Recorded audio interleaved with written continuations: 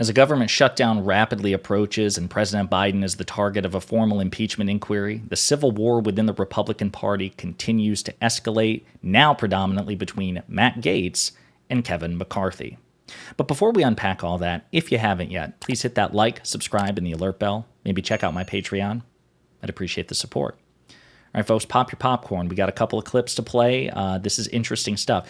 It's potentially damaging for the country, so I suppose to some extent we should take it seriously, right? Because for the most part, the disarray within the GOP really only hurts them and keeps them from being a more credible threat to democracy and to the country as a whole. But then every now and then you have a situation like where they actually need to get it together to pass a budget to keep the government funding, right? And they can't even do that.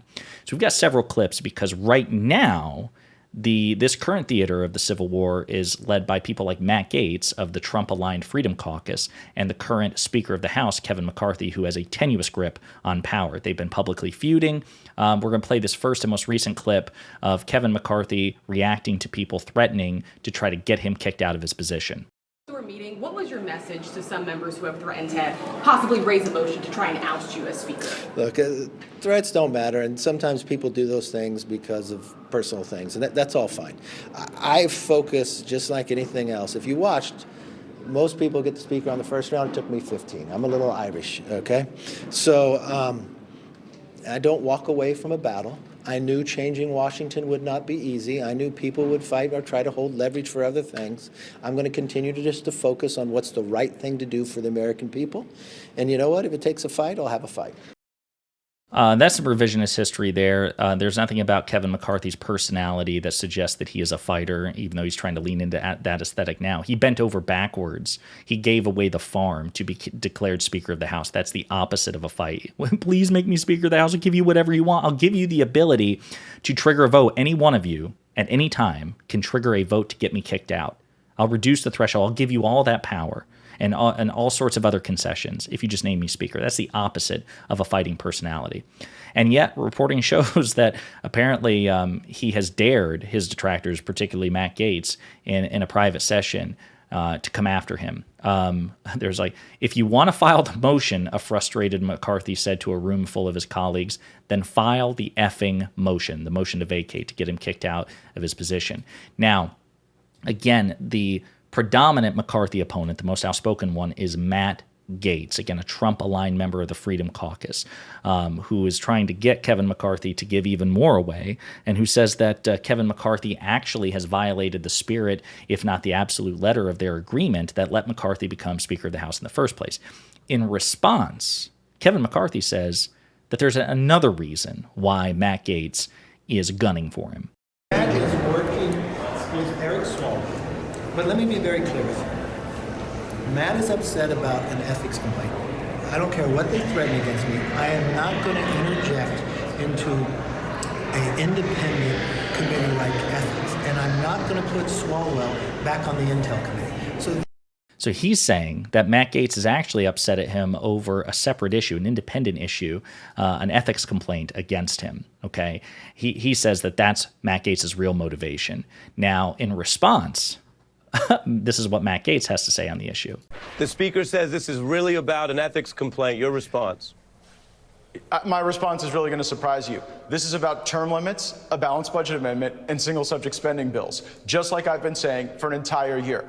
I am the most investigated man in the entire Congress. And right there, you saw Kevin McCarthy lying like a dead dog, because I have never asked him to interfere in any ethics matter. I had the FBI and DOJ, who hate me, investigate me for 3 years. You covered it nearly nightly. And even you acknowledged at the end that my denials held up consistently. And the people who spread lies about me are sitting in a federal prison right now because they were part of a criminal scheme, not me. So Matt Gaetz is denying it. He's like, no, it's actually the substance of the issues. I wanted, Kevin McCarthy agreed to all these things. He's not honoring his commitment. Now, I don't know if that's true or not. It's entirely possible that, Matt Gaetz could have legitimate grievance with Kevin McCarthy and also a personal motivation as well. Now, with this in mind, as we've discussed in previous videos, Kevin McCarthy, again, is in a precarious position because he has a razor-thin margin majority, okay? 2024, the electoral map for the House is not looking good for Republicans. There's a lot of redistricting going on. They're set to lose basically their majority if the redistricting goes according to plan anyway. They also have 18 members who are sitting in Biden districts. So again, it's not looking good. Not to say that they couldn't potentially wring out a victory, but the winds are blowing against them in this respect.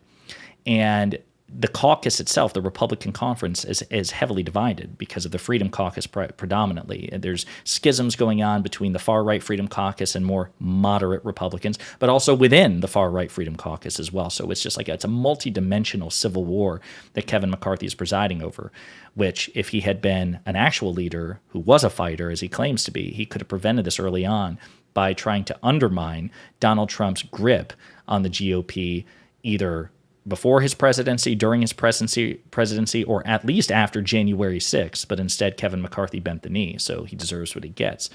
But he's making all these concessions, according to reporting, because he's trying to avoid a government shutdown at the end of the month. Because historically speaking, when Republicans preside over government shutdowns, like when they're in Congress and there's a Democratic president and the government shuts down, the Republicans in Congress tend to get blamed for it. It happened under President Obama. It happened under President Clinton. It's probably going to happen again under President Biden, okay? When you try to shut down the government to extort a Democratic president, it typically backfires in the press. But again, it doesn't look like it's actually that his concessions, like the Biden impeachment inquiry, that it's going to work. So these conservatives are saying that the impeachment inquiry is unrelated to funding the government and their push for long coveted spending cuts. These are two different things. We're adults. We should be able to walk and chew gum at the same time. There's nothing wrong with Congress looking at that, the impeachment inquiry into the president, while we're also doing our job of making sure that we're funding the government in an appropriate way. They have nothing to do with each other, absolutely nothing, says Andrew Clyde. I'm here to make sure that our government spends its money responsibly, and impeachment is a completely separate matter.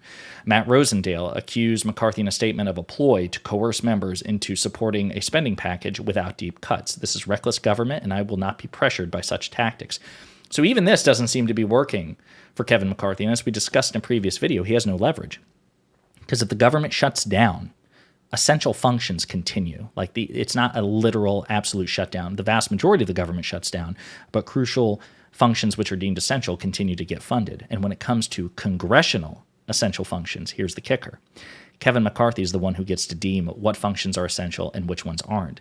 So again, the Freedom Caucus can say, hey, listen, I understand you in your mind, you tried to throw us a bone with this impeachment inquiry, hoping that we will help you fund the government. But actually, we don't have to do that because you can say that this impeachment inquiry into the president is an essential function. So even if the government shuts down, you can still have it funded. He has no leverage here. They can make him, or they can try to make him, let them have their cake and eat it too. Get the government shut down and also still fund the impeachment inquiry into President Biden.